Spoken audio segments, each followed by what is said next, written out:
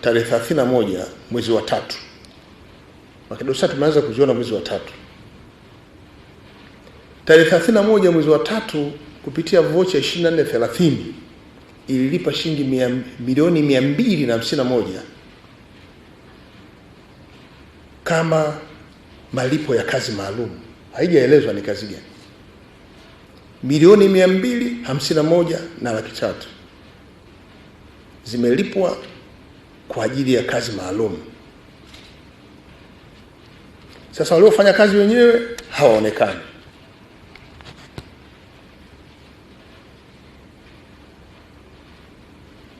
Hebu tuangalie kwa siku wewe una kazi maalum ya kujilipa posho milioni 251 na laki 3 ni ipi? Kwa hali ya kawaida, nyie wote ni watumishi wa umma. Hizo kazi zenu mlizopewa za kusimamia, kuandika, peleka huko, kwenda kukagua mahali humu ndani ya wizara, lakini unajipa milioni 251 kwa kazi maalum. Labda makatibu wakuu mtatusaidia kutuambia kazi gani mwenzetu mlizonazo za kujilipa milioni 251 kwa siku hii moja. Hiyo ni moja. Tarehe 31 hiyo kupitia vocha 2433 mlijilipa milioni 198 na laki 8.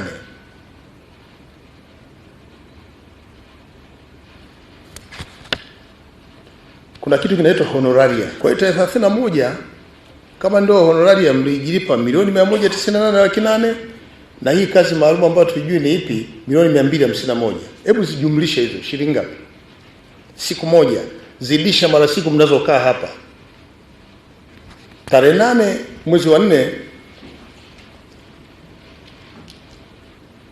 kulipwa milioni 44 na laki 5. Na waliolipwa watu 27. Tena kazi hiyo ni ya wiki 4. Tarehe 13 mwezi wa 4 zililipwa fedha milioni 155 laki 295,000. Kazi hizi ni za wiki 3.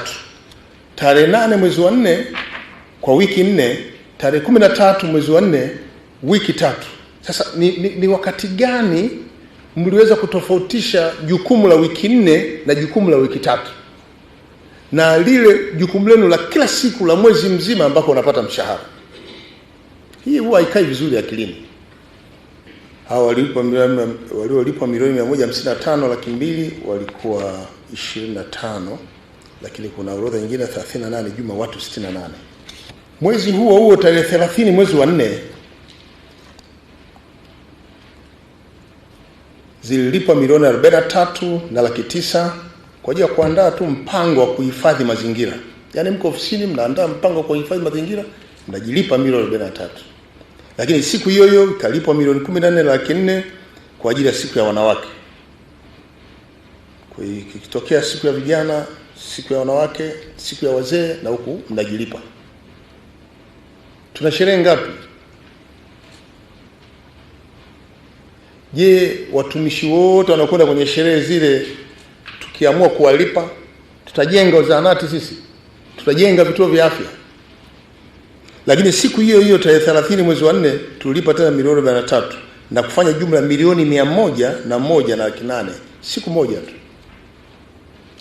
Siku ya May Day tarehe 1 mwezi wa 5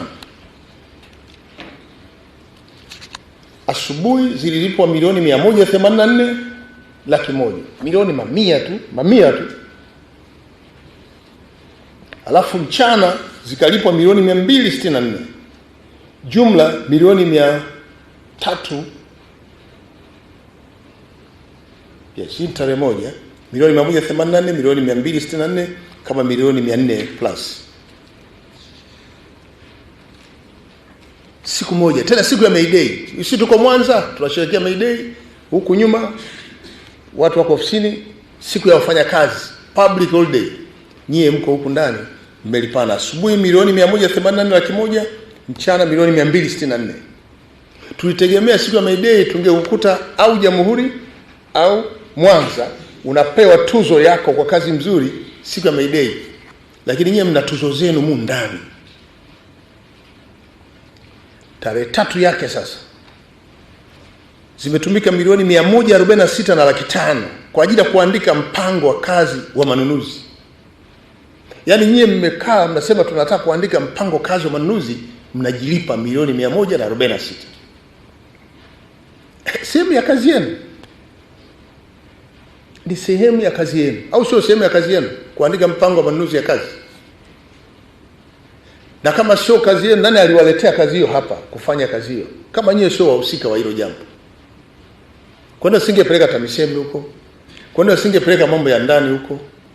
Nani alileta hapa? Sasa maswali haya mjiulize wenyewe.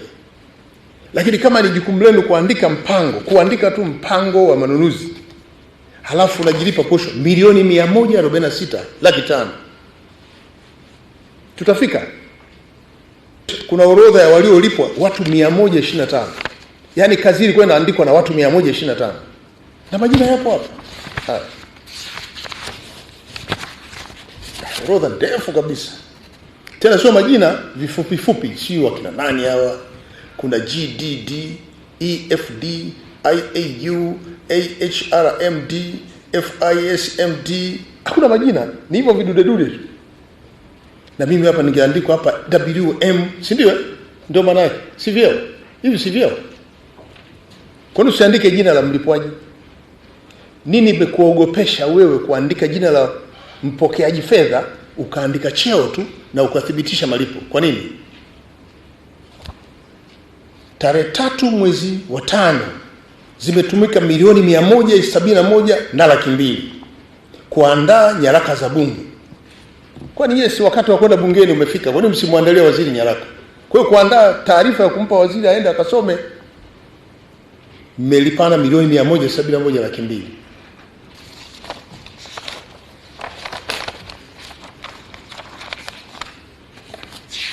Tupangu namba 4. Kulikuwa na malipo hapa ya haya ni ya malipo ya milioni 155. Kuna mtu ana cheo cha AIAG/TA amejilipa maeneo mawili. Eneo la kwanza, posho ya maandalizi ya kazi na ufuatiliaji wa nyaraka. Lakini pia akajilipa kwenye eneo jingine la posho ya viongozi kwa ajili ya kupitia taarifa. Yaani unaandaa mwenyewe unajilipa, unakuja kupitia taarifa hiyo unajilipa. Haiwezekani. Sio utaratibu. Sio utaratibu kabisa. Halafu posho nyingine zilipwa kwa ajili ya kuchambua miongozo ya kazi, kufanya uchambuzi wa nyaraka, unajilipa posho milioni 155.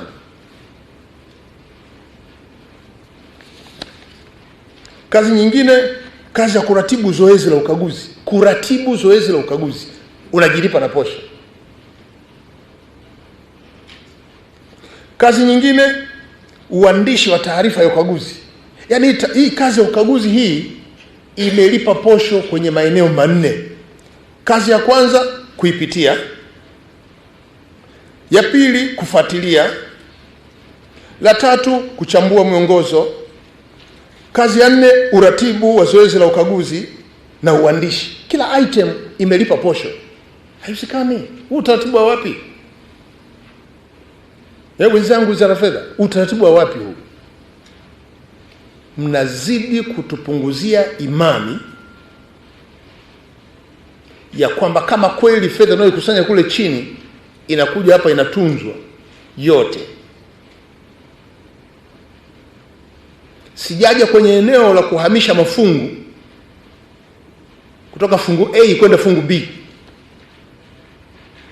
lakini sijaja na utaratibu mlionao wa kutoa fedha hapa mnazitanguliza mbele kwa mbele kwenda Morogoro, alafu mnazifuata huko huko.